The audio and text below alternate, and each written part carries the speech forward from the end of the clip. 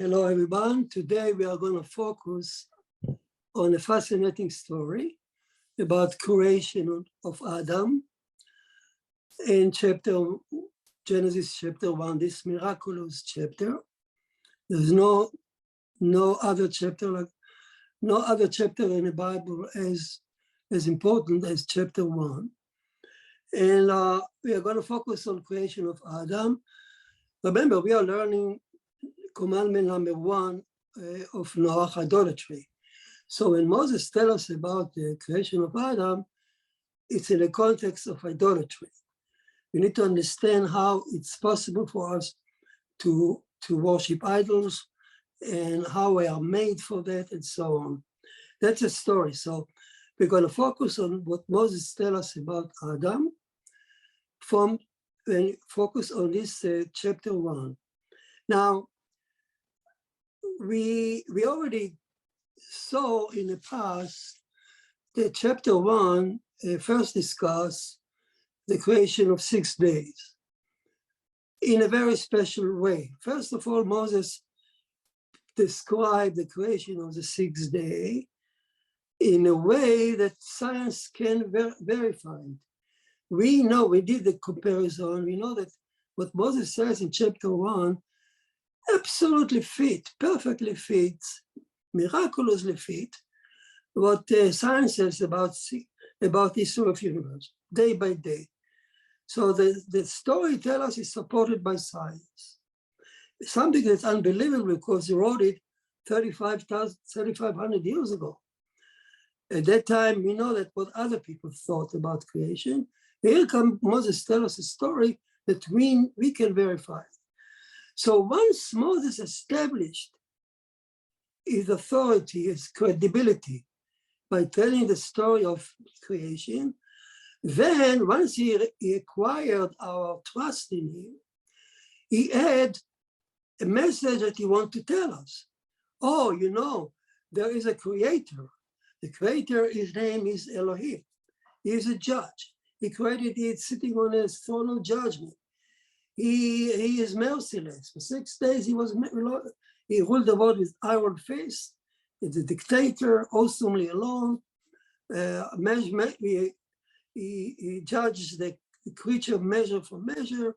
That's his way. So this moral message was added by Moses on top of this story that is verified by science. In fact, that's the only way you can tell a story, a moral story, to validate it. Because if I just tell you a moral story, you can say, oh, it's a story. But if it's based on a foundation of a real story verified by science, then you say, wow, if it's truthful by telling a story that we understand it now, let's hear what he says about God. So the story about God also is truthful. In the same token, he's going to continue to tell us about Adam in the same fashion. First, he's going to tell us about the story, how Adam is created. In a way, he tells us in a way that only us, we today, we can appreciate how truthful it is. It's supported by science, something that nobody in his time could do. Once he would establish his credibility by telling us about how Adam is created, once we see that there is a truthful story, then it will be good for him to add his message about his moral message, why we are here, what you think why we are here, where we are going, and why God put us here on earth.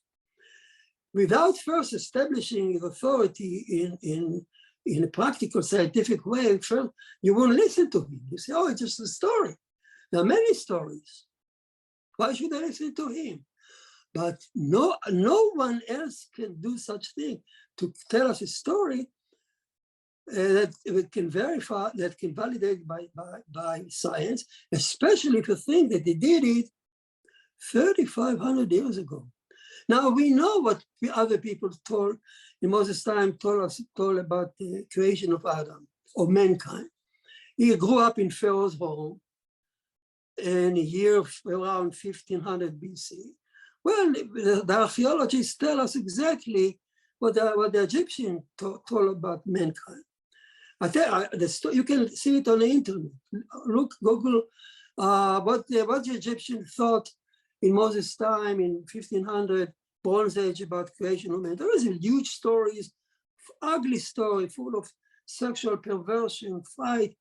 The major story that the Egyptian told, I tell you just to give you a taste, that the sun god, that he looked like a sun, a ball radiating light, and the Ra, his name is Ra, R-A-H, like in Ramses, the same super god, that he had an eye, and he used to send the eye out to execute his wishes. So he sent his eye, and the eye went out, and he executed his wishes, then the eye came back. Once the eye didn't come back. So this super god Ra took two of his sons. That's not the son, not the boy that was resurrected from the testicle. You know, first father God killed the son, and then the son was resurrected from testicle. We discussed it. These are two other children of God, and he sent them to fetch the eye and bring it back to him. But the eye cried so much, so from the tears was the first man was made. Voila, and this is the first Pharaoh. I know this is a beautiful story. I can empathize with it. I can clap my hands. I can imagine people parading in the street, chanting hymns for the glory of the story. And I'm sure that the Egyptian philosopher dive in it and saw all kind of philosophical messages. I know. But one thing I can tell you, there is nothing with this story that matches science. This is a mythical story, it has nothing to do with science. Not only that, it won't tell us anything about how we are built. From the eye from the eye that was sent out. So it doesn't tell us anything about us. Now, this is the Egyptian story that Moses knew as a child when he grew up in Pharaoh. I can tell you, I don't want to elaborate too much, but you can see it on the internet what the Greeks thought. The famous Titan, Ptolemaios was named. Titan, he was saved from the war. There was a big war between the Olympians, God, and the Titans. One of the Titans survived. He built Adam, and then Zeus took the fire from him. But the father god, the Ptolemaios, the Titan, went to the sun and took the fire from him and brought the torch, the fire to Adam, and Adam survived. That's a beautiful story, and have the Olympic game now because of that. And that's why we love the story, and we love the football team that run with the Titan name, but it has nothing to do with science, and it tells us nothing about mankind, and so on and so on. I go to the Babylon, the Marduk story. All of these are far-fetched stories, mythical stories that are wonderful story, passionate, and I believe those days people really loved it and chanted for it, but it has nothing to do with the truth, with the science. It doesn't tell us anything about us. On that background, exactly on that background, come Moses and tell us a story. It has no passion in it. Nobody is killed, and nobody is a testicle is resurrected, but just a simple story that matches our science. And what does Moses say about Adam creation? So Moses says about Adam creation just one verse.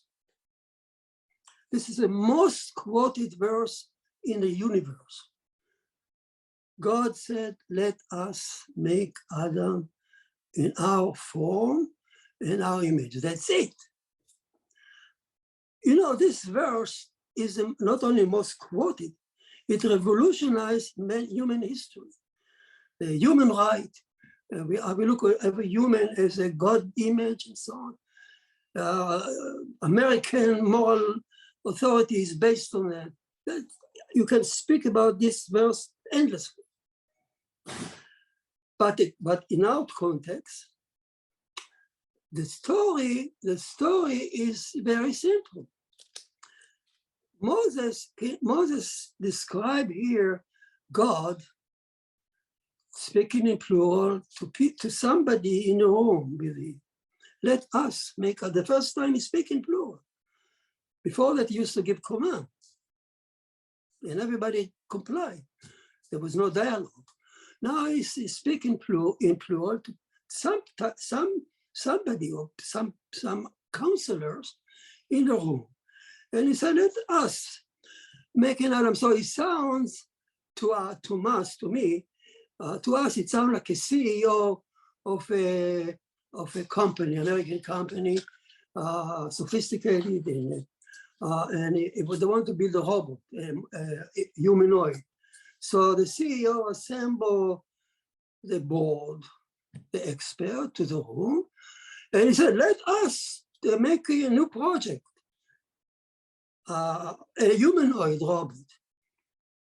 So I'm sure that what the CEO would first do, he will first take out the board and chalk and write down what would be the goal of that. We need to set up the purpose of the robot. What did we do? The goal. Why do we create it? A, B, C, D, E. And then they will discuss what kind of function you will do, what kind of freedom choice you will do, how smart you will be, what authority you will give to this humanoid, what he should do, what should refrain from doing. We don't want the robot to turn around and rebel against us, and so forth. So I first write this moral message, outline of this robot, and then the CEO will turn to the counselor in the room. Each one of them is an expert, and he says, "Oh, let us, you and you and you, let's contribute." So to each counselor, he says, "Let us, let's do the robot together. What you do contribute?" And one will contribute the material, the knowledge of the material. And one will contribute, the best material. He's an expert. He will choose the best material for the robot. Should be a special metal, a special wiring.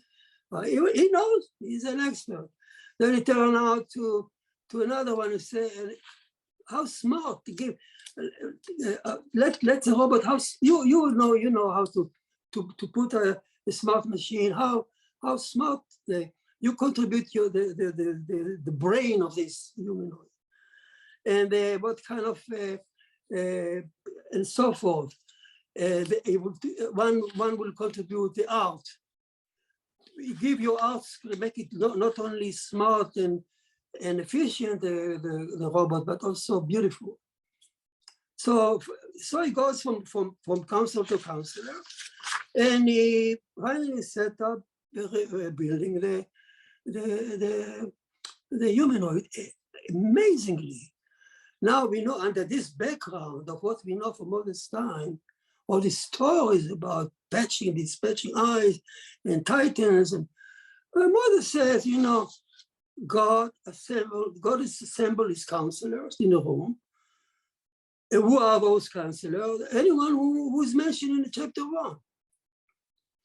And he talked to them and he said, let us together, and each item that is mentioned in chapter 1 will contribute something to mankind.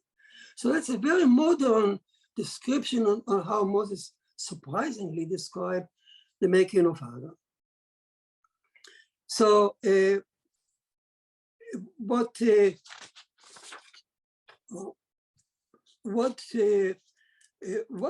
kind of counselor? Before we jump into that, so he's gonna build Adam according to the counsel of each counselor. So Adam will be made layer by layer, or or different dimension in Adam. Each counselor will contribute a dimension. So that's what the Talmud says, that figuratively, that Adam was made as a dummy in the ground, and the dummy was made by those counselors. And finally, he also blew his spirit into the Adam nostril. But first he built a dummy, the plan. Here we have the stage of planning. So we already discussed. So he consult each item mentioned in chapter 1. We are limited. We are not going to discuss anything that is not in chapter 1, because he talked to the counselor that he has mentioned there. So mentioned either before or after. He is talking in 6 days. We want to create Adam on the 6th day. So he first talked to he can talk to item in the past before that, or item that's mentioned after that. Anyone who is mentioned in chapter 1. So we selected last time. We discussed the first council we discussed was you look at the head of chapter 1. You look at YHVH, the attribute of mercy, and he invited her to join to contribute to Adam making. We know the story, we're going to discuss it. This was enormous consultation, enormous gift to Adam, because now that the merciful one is in a heavenly court, participating in the making of Adam, ruling the world. So Adam has a greater choice to ask forgiveness, to pray, and to change and to start over again. Without merciful one in the court, we wouldn't do that. So it was Rabbi, can I get a clarification real quick? Yes. Because this has been raised by one of our students. When Yes. you say the counselors that were consulted, we're talking about the attributes of mercy and the attributes of justice. This is the first consultation we mentioned. He will consult other. So there are other counselors. Who what are these other counselors? Oh, let's move. First, let's finish with the first one. Okay, go ahead. The first one, I mention it now because we already talked about it. It was very important because it gave Adam a goal. Remember when the CEO create a robot, he think about the goal, what this robot would do in a similar fashion, so to speak, by consulting the YHVH and from the Sabbath. We already discussed it. He can make he set up the goal. What this Adam would do. He need to be very good, as it says, and by how it could become very good by uniting the YHVH and by merciful with the judgment, becoming oneness in his mind, in his prayer, in his deed. So oneness. That's not simple to understand. It's very difficult to understand how to unite mercy and judgment. And but once he achieved that and he changes his life and he comply with that and he become very good, then he has a choice to go to the next day. Fine. So the big huge gift. It enrich our life enormously because now we know what holiness is. Holiness comes from her. And what is prayer, what is joy, all that come, holy joy, joy of the Sabbath and holidays. And it's a different kind of joy. It's not the joy of a drunk people. It's a joy of holiness. And all that is come from her. So it's a huge gift, but it came with a price. Because we're speaking in plural, he opened the door for idolater to think, oh, there are two different gods. Anytime he's speaking plural, he said he opened the door for idolaters to think that the counselor is also the counsel. The counselor is also important, or separate God, or partner of God. So the special enormous gift from Elohim, but it demands something back to overcome the idolatry trial. So anytime Elohim, as a rule, give you something that's typical for the attributes of judgment, measure for measure. He give you something, not free lunch. He asks something in return. In this case, observe the idolatry trial. Don't separate us. Don't worship mercy alone and Elohim alone. Okay, we understand it. Now, so these are the goal. Adam should be very good and to be able to reach the next stage. We can talk a lot about it, but I want to just to mention the frame. Now, Elohim as a builder, it wants to select good material for the robot, for the human, for the mankind. So he look back to the 6 days. And he called the 6 days, the creation, and he called them up, let us make Adam together in our image, in our form. The same verse, but talking now to the 6 days. Then he consult, 6 day agree, and Elohim, so to speak. So Elohim now consult the 6 day by day, and he makes the body of Adam. He consult the first day, where the stars are born, and made a layer in Adam. Yes, we are made from material that was baked in Nova, the exploding Nova, a billion of years ago. We are made from stuff that stars are made of. Then he consult the second day, the water, and he said, let us make Adam together, you and me, in our form and our image. And he look at the water and make a layer in Adam. Yes, the scientists would say 85% of our body is water. Then you look at the third day, the vegetation. Let us make Adam together. And you look at the vegetation and you make a layer in Adam. My eyes work on photosynthesis that we inherited from the vegetation. My blood vessel here branch out because the trees branch out. The inside, the water path in the trees branch out, or the tree itself branching out. We inherited from the vegetation beside other things. So it's another layer in Adam that God planted us by consultation. And then it goes to day 4, to the luminaries. The day and night, we inherited from that stage the capacity to distinguish between day and night. We sleep. We wouldn't have a nervous system. Every nervous system needs the capacity to sleep, to refresh itself. We inherited from day 4. Then it goes to day 5. Let us make Adam together in our form and in our image. You look at the fish, he make us a layer. You look at the bird, he make us a layer from the bird. Something we inherited from them. You look at the crocodile and the amphibian, he made us. Then you look at the day 6, the cattle and the beast and the snake and the spider there, he made us, the social creature. So each of these consultations contributed a layer in our body.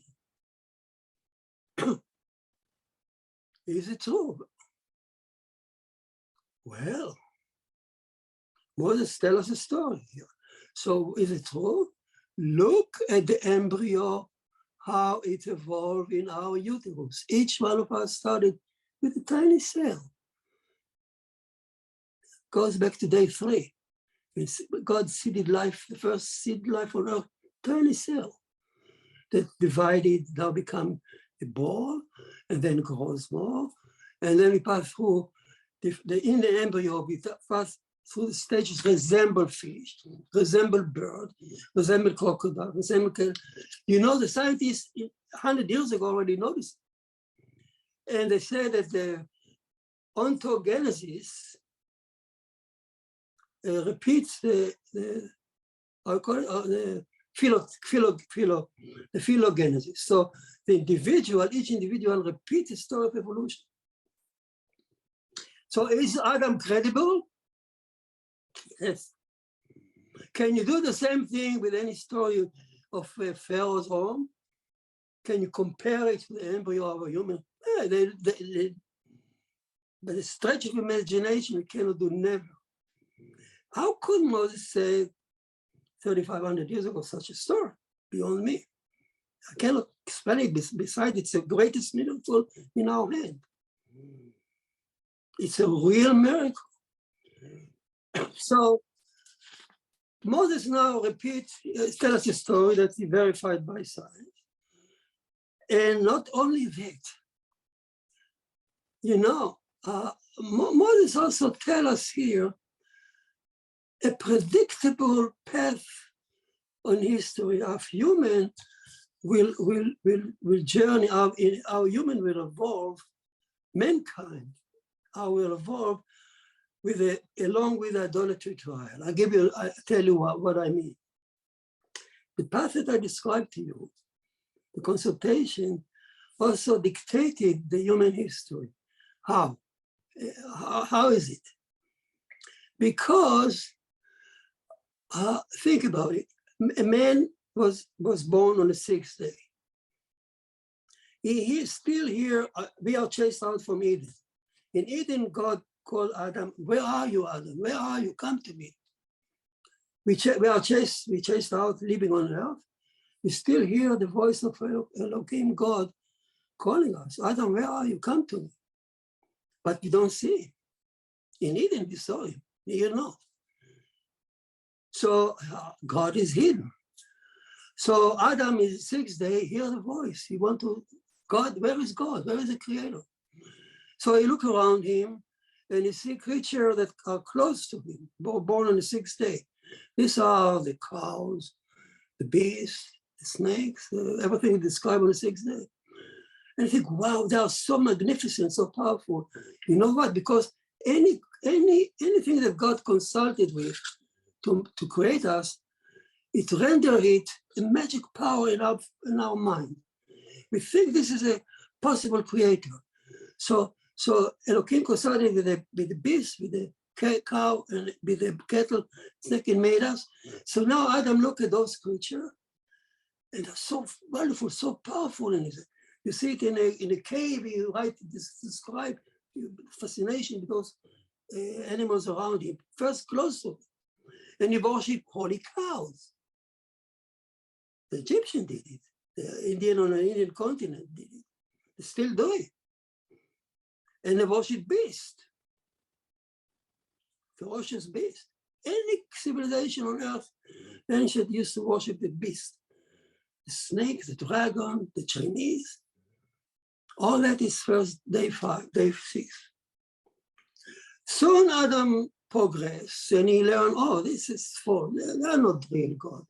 So he looked for, and he still hear the God calling him. So we look now deeper in nature. And from we are on day 6, but we look at day 5. What is in day 5? Deeper in nature, we see the fish, the bird, and the crocodile. So, wow, how magnificent they are.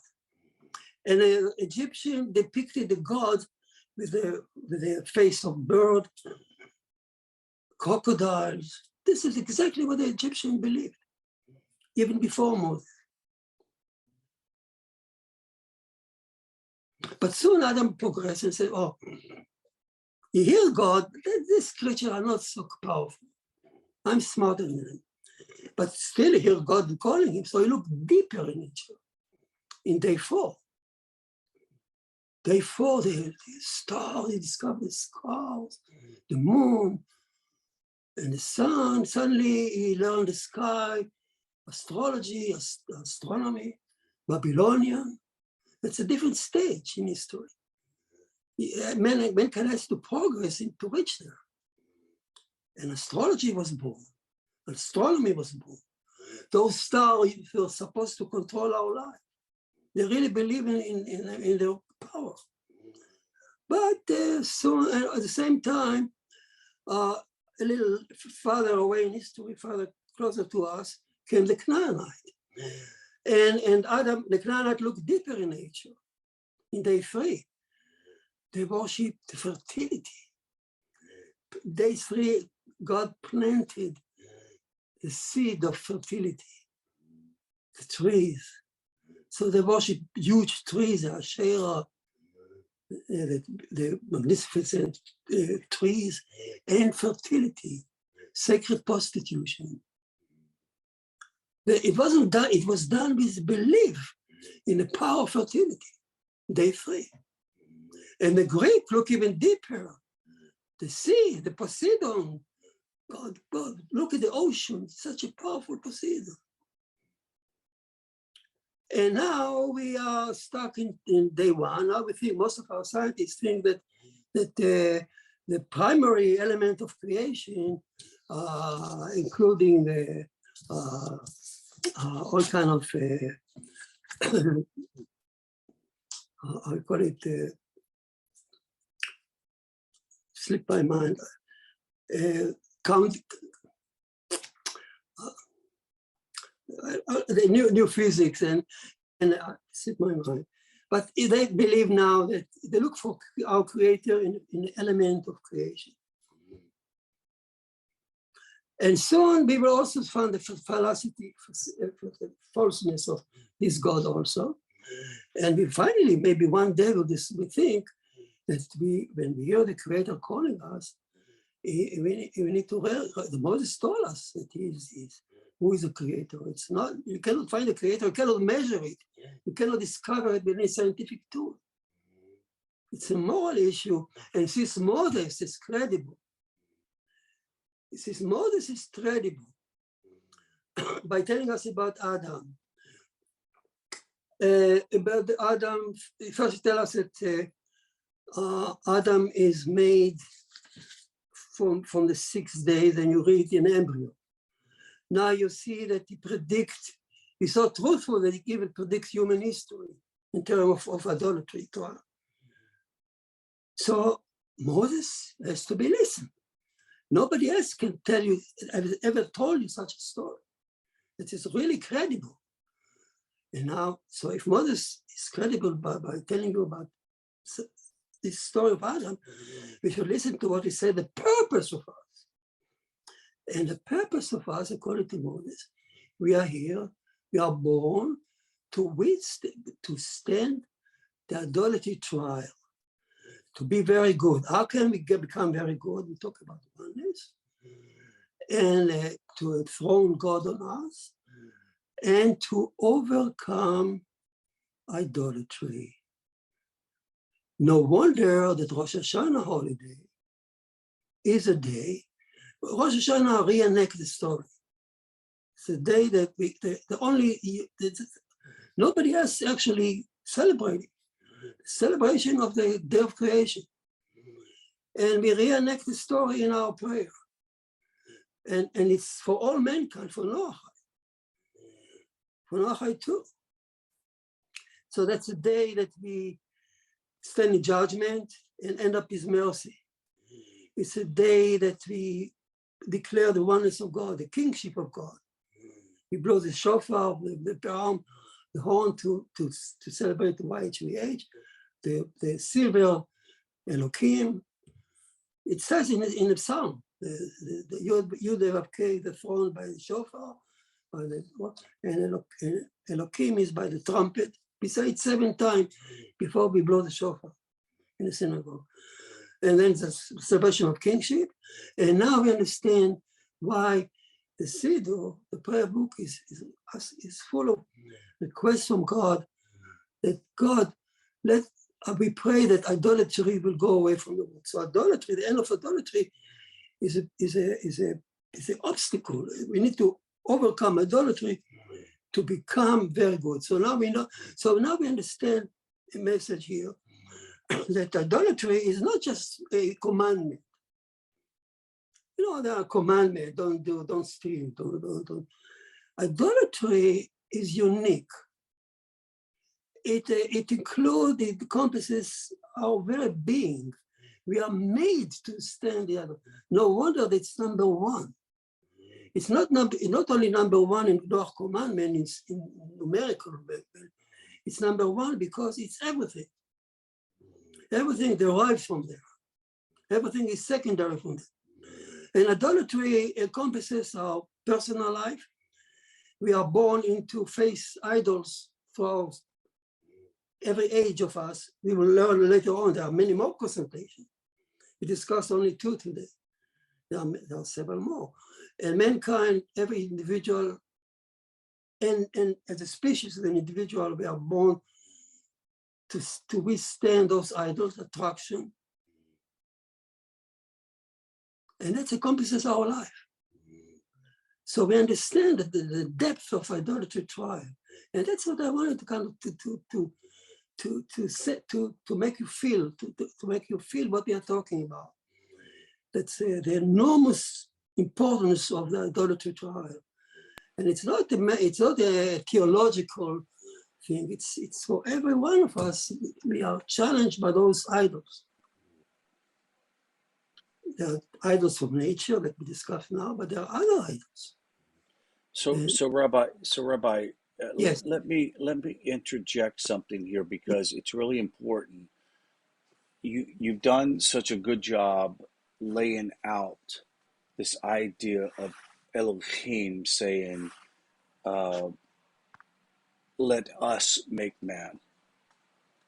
And I want to make very clear to the people that listen and who will watch this later that they're understanding that Elohim, and this comes not only from Talmudic and Midrashic sources, but also from the Zohar, that he is calling on the rest of creation.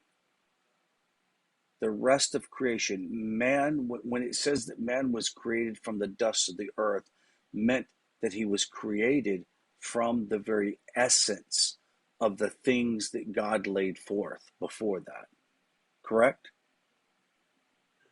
Yes, although yes, but of course we're talking about the story of Eden, and so you can say that the dust refers to the 6 days.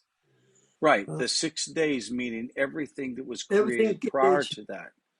That was the things that consulted in the production of man.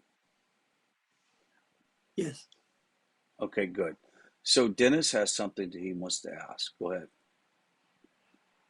First of all, Rabbi, I have never heard what you've just given us tonight ever before. But it does remind, do you remember back when you took freshman biology, ontogeny, recapitulates phylogeny? Yes. Isn't this exactly what you're saying? Is that we go through these 6 stages? Yes, yes. Each embryo, each one of us has repeated already the whole story of evolution. Now, I want to make a point.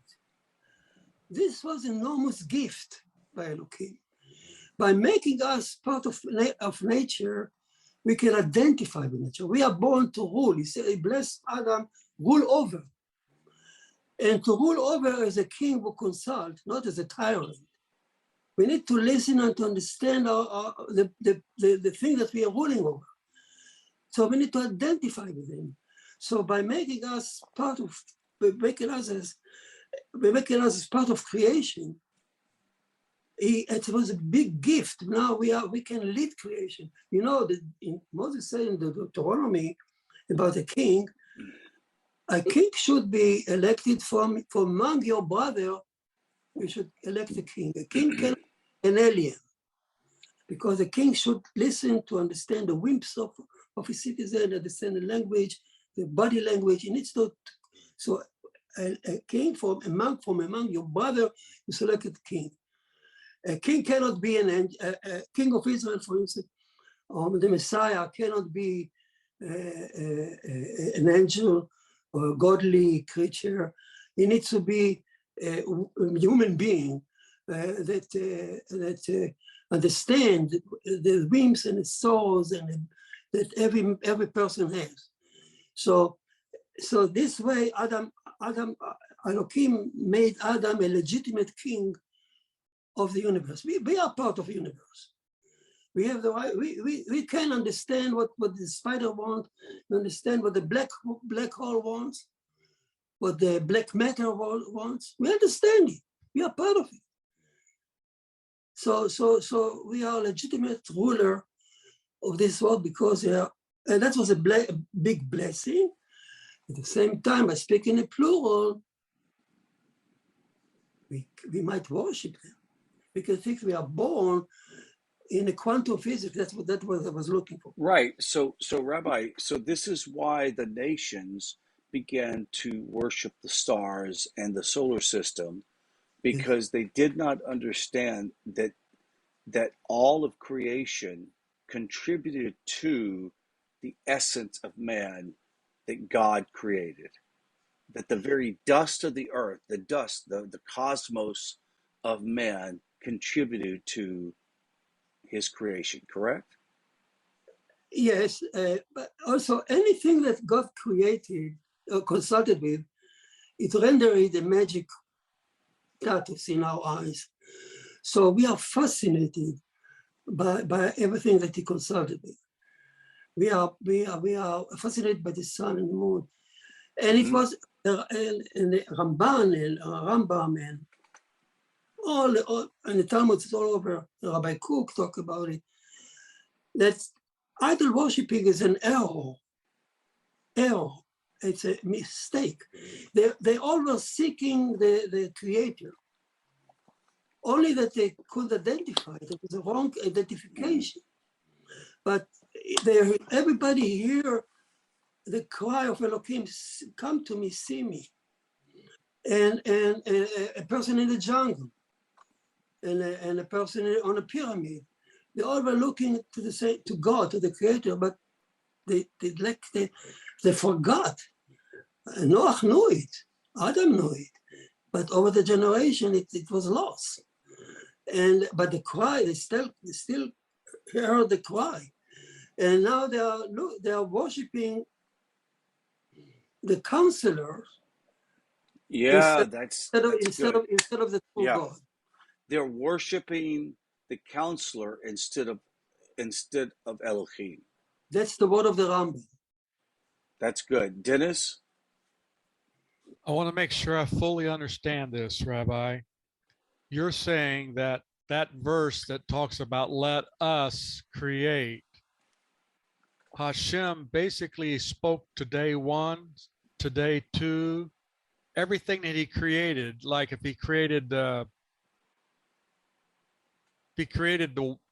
water or whatever, he spoke to that as if he was talking, saying, let us create this. Is that what you're saying? Yes, it's to be specific, it was Elohim. Because Hashem, usually when we say Hashem, we actually talk about YHVH, what in English is Lord. And Elohim is God. Mm-hmm. So Elohim spoke to each day that he created as if he was talking to somebody real, but it was just what he created. Like, wow, let us create this and let us do. Okay, yes. I've never heard. How come I've never heard this before? He also opened the door for idolatry, right? Because now maybe, wow, he talked to them, so they are powerful, so they worship the sea. They worship the trees. They worship the moon, the big fish, the birds. It's amazing. Yeah. So we covered this several years ago in our NETIV community, and this idea that Hashem consulted, or when he asked, let us make man in our image, is really talking about every essence that existed in creation at the time. Yes. Everything Beautiful. mentioned in chapter 1. Beautiful. And there are many, Beautiful. we are talking only about two consultations. There are Right. seven. Right. There are, Well, they did not, all of creation didn't determine that, but Hashem says, how should we make man in our image? That is, how does man come out of creation itself? Man exists out of the very cosmos itself.